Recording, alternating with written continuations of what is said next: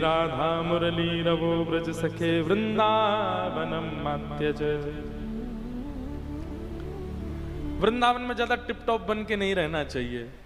वृंदावन में कैसे रहो? सहज रहो, सरल रहो, सामान्य रहो।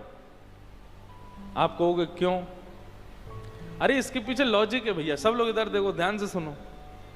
2 ही दिन की बात है, आज और कल। परसों से तान दुपट्टा सोते रहना है। वे सोओगे कब आप लोग? 6 बजे तो कथा ही होती है। ये तो 2 बजे जहां कथा होती वहां हम बोलते हैं कल से सोना। वृंदावन में ज्यादा सज धज के नहीं रहो। क्यों भैया? पहली बात तो वृंदावन में श्रृंगार करवे को अधिकार केवल श्यामा श्याम को है। ब्याह में दुल्हा दुल्हन से ज्यादा सज के अगर चले गए तो बताओ कितनी बुरी बात है। ये अत्याचार किया कि नहीं आपने दुल्हा दुल्हन के साथ? आप इतने बढ़िया बन के गए, सब आपको देख रहे हैं, उनको कोई देख ही नहीं रहा है।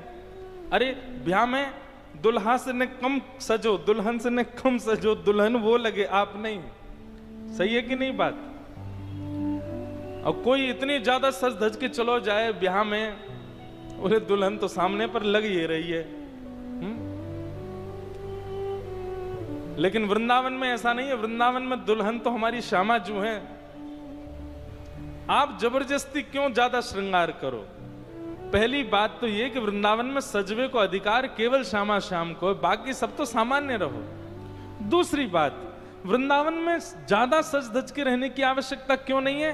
बोले भैया इतने सामान्य रहो, इतने सहज रहो कि लाल जी को आप पे दया आ जाए, काउदना वही पकड़ के आपको श्रृंगार कर दें, काउदना वही आपको सजा दें। यहाँ पे तो मैं सजाऊं है, तू बड़ा ऐसा घूमे है, सामान्य सा बनो। और जा दिन शाम सुंदर श्रृंगार करेंगे ना, बाद ना सवरे श्रृंगार फीके रह जाएंगे। मीराबाई श्रृंगार थोड़ी करती हैं, मीराबाई सामान्य रहती हैं, लेकिन उनके चेहरे पर फिर भी सुंदरता क्यों दिख रही है लोगों को? क्योंकि उनका श्रृंगार ठाकुर जी करते हैं। सूरदास के पास नेत्र नहीं है। बिना नेत्र का व्यक्ति, बिना नेत्र के सूरदास जी क्यों सुंदर लगते हैं सबको? क्योंकि उनका श्रृंगार ठाकुर जी करते हैं वृंदावन में। श्री हितहरिवंश महाप्रभु, उनके चरित्र में ऐसा वर्णन आता है कि एक बार एक राजा ने उनको देख लिया महाराज, वो व्याकुल ही रहता था कि इनको देखूं, इनको देखूं, इनको देखूं, जबकि कुछ नहीं करते थे। कोई ऐसा लीपापोती नहीं मुख पर। क्यों लगते थे सुंदर? क्योंकि श्याम सुंदर श्रृंगार करते हैं।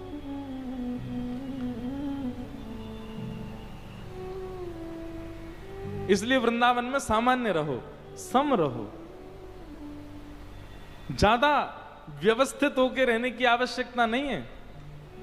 अब व्यवस्था में रोज कोई दिखे तो हम ही उसको कहेंगे भाई थोड़े नेक व्यवस्थित हो जाओ। काउदना श्याम सुंदर कहें, तू नेक व्यवस्थित है जा। कल हम जो पद गा रहे तो वो लागू होगा ना। तू अपनो श्रृंगार करत है, ये दर्पण हाथ दिखावत है। तू है सखी बड़ भाग बड़ी, नंदलाल तेरे घर आवत है। वृंदावन की लीलाओं में कभी कभी वर्णन आता है, रस लीलाओं में, कि कभी कभी शाम किशोरी जी का श्रृंगार ललिता जी करती हैं, विशाखा जी करती हैं, कीर्ति मैया करती हैं। पर जिस दिन श्याम सुंदर श्रृंगार करते हैं ना किशोरी जी का, वादना किशोरी जी को एक चुनरी में ही रखना पड़े। मतलब कैसी चुनरी? जो ट्रांसपेरेंट होती, जो झीनी झीनी सी, जामे से नेक हल्को हल्को दिखाई दे, ऐसे ही किशोरी जी को रखना पड़ता है। नहीं तो अगर उनने घूंघट ऊपर कर लियो, सब निहाल ले जाएं, ठाकुर जी स्वयं देख के निहाल ले जाएं। ऐसा श्रृंगार करें ठाकुर जी।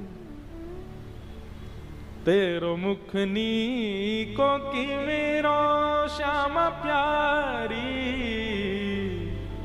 तेरो मुखनी को की मेरो श्यामा प्यारी। दर्पण ले बैठो मृग नैनी, साच कहो वृष भानु दुलारी। मुखनी को की मेरो श्यामा प्यारी।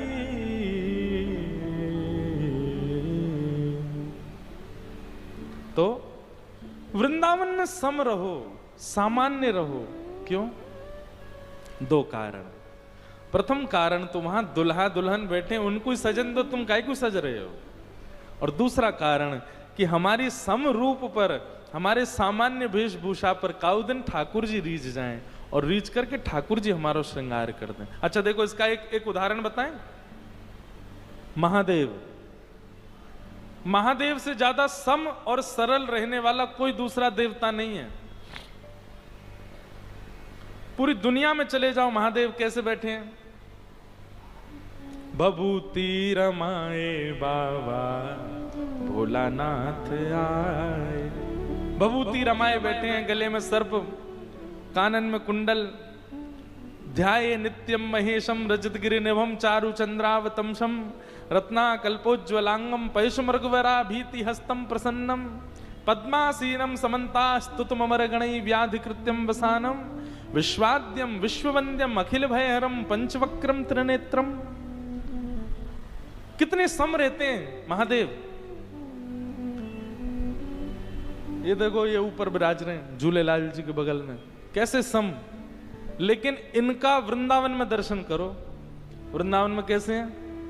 नथनी पहन रखी है, आंखन में काजर लगा रखो है, गले में नवलखा को हार पहन रखो है, होठन में लालिमा लगा रखी है, गाल में लाल लाल गुलाबी गुलाबी जैसे गुलाब जामुन धरे हो ऐसे कर रखे हैं, और महाराज मांग में सिंदूर भर रखो है, जटा केश बना ली है, और ऊपर से लगाए सुंदर चुनरी ओढ़ करके बिल्कुल सज धज करके। ऐसा श्रृंगार, ऐसा रूप, ऐसा स्वरूप पूरे विश्व में नहीं है महादेव का जैसा हमारे वृंदावन में। क्यों? क्योंकि वृंदावन में श्रृंगार श्याम सुंदर ने किया है महादेव का। वृंदावन में श्रृंगार मत करो, वृंदावन में सम रहो। तो सबसे पहली बात, वृंदावन में रहो तो ऐसे रहो। दूसरी बात, ग्रामीषु भिक्षामटः।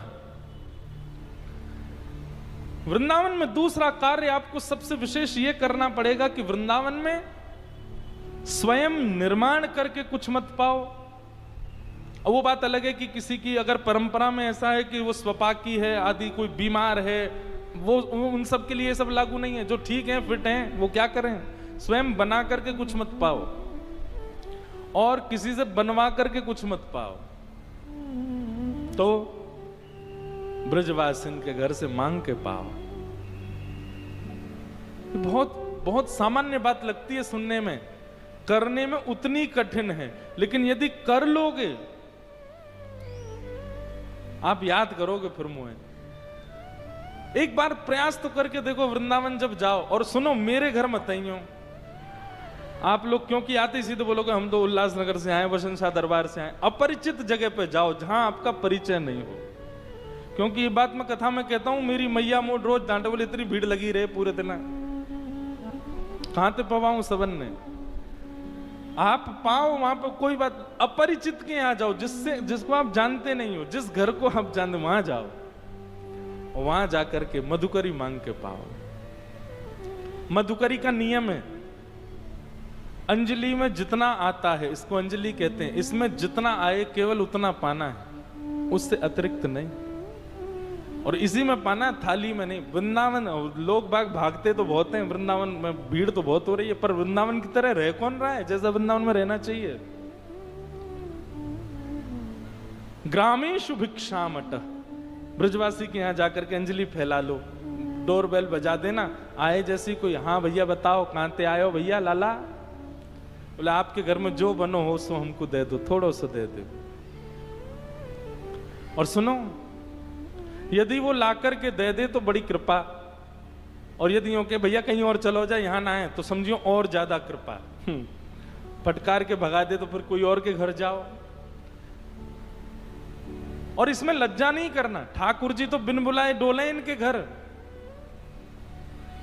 अरे सो चटक मटक सो ठाकुर, तीनों लोकन हूं मैं नाय। वो अंतरा कैसे है? बिना बुलाए डोले घर घर, बिना बुलाए डोले घर घर। बिन बुलाए, कोई गोपी बुलावे थोड़ी है, जबरदस्ती घुस जाए वहां के घर में। और मांग के खानो तो मैं कह रहा हूं ठाकुर जी तो छीन के खा जाएं गोपीन सो। जिस वृंदावन में गोपियों की यहां छीन छीन करके चोरी कर करके परब्रह्म खा रहा है, वहां हम मांग के नहीं खा सकते, मांग के पाप। तो वृंदावन का दूसरा नियम क्या है? वृंदावन में किसी ब्रजवासी के घर की मधुकरी पाओ।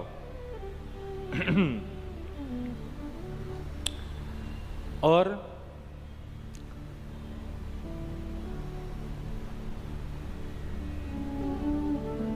स्वच्छंदम पिबयामुनम जलमलम। पान करने के लिए पानी भी श्री यमुना जी का ग्रहण करो। अब यमुना जी का जल तो इतना स्वच्छ नहीं है, पर वृंदावन में जहां कहीं भी जलाशय मिल रहा है, नल से हो किसी के घर से हो, वो सब श्री यमुना जी का स्वरूप है। लेकिन जब तक यमुना जी शुद्ध नहीं हो रही हैं, तब तक कम से कम इतना भाव रख सकते हैं, किसी भी जल को लो और जल को लेकर के पर उसमें यमुना जी का भाव रखो, ये यमुना जी हम इनका पान करें, इस प्रकार से पान करो। स्वच्छंदम पिबयामुनम जलमलम। कभी कभी बड़ी पीड़ा होती है, हमारे वृंदावन में हम रहते हैं, पर वृंदावन की श्री यमुना जी की स्थिति कैसी हो गई है। मैं स्वयं ब्रजवासी, स्वयं वृंदावनवासी, मुझे खुद को यमुना जी में स्नान किए 3-4 वर्ष हो गए होंगे।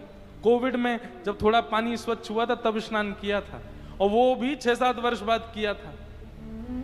ना करने का कारण इतना दूषित कर दिया यमुना जी को। भगवान श्री कृष्ण को जब पता चला कि यमुना में कालिया नाग आ गया, ठाकुर जी रात भर नहीं सोए। और हम आप सब लोग भजते तो वृंदावन को इतना है, वृंदावन भीड़ तो इतनी हो रही है, पर यमुना जी के शुद्धिकरण के लिए कौन विचार करता है? कोई नहीं। कितने भी ग्रंथ उठा लो, कितने भी साहित्य उठा लो, सब जगह यही वर्णन है। ठाकुर जी लीला कहां करते हैं? यमुना के तट पर, यमुना के तट पर, यमुना के तट पर। पर उस यमुना के लिए करता कौन है? कुछ कोई भी नहीं। पूरी राजधानी की गंदगी आती है हमारे वृंदावन में, कोई विचार ही नहीं करता इस विषय पर मेरा बहुत मन होता है कि मैं इस भाव को कहूं। 2 बातों की पीड़ा मुझको थोड़ी सी रहती है अपने मन में।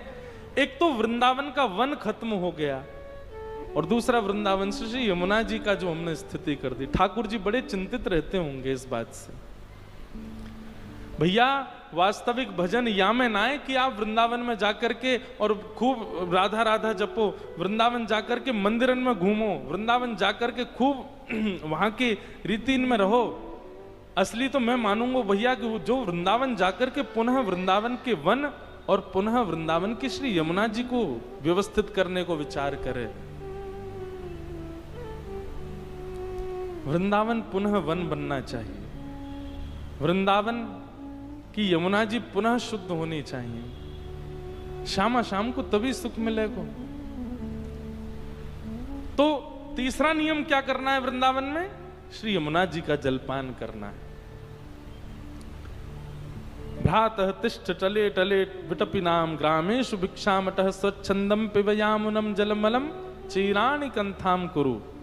चौथी बात, वृंदावन में जब आप ऐसे रहने लग जाओगे, बहुत समता में ब्रजवासियों के घर की मधुकरी पा करके, यमुना जल पी करके इस प्रकार वृंदावन में रहने लगोगे, तो क्या होगा?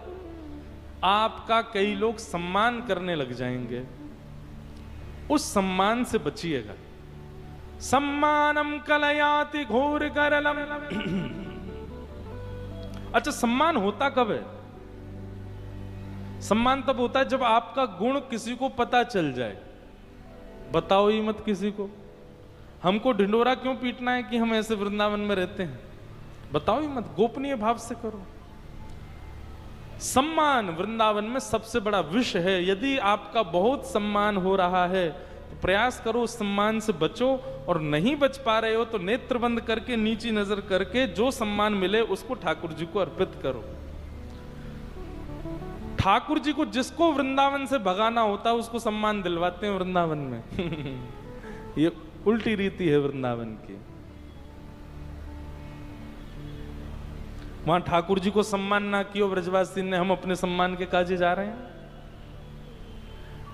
सम्मानम कलयाति घोर गरलम नीचपुमानम सुधा।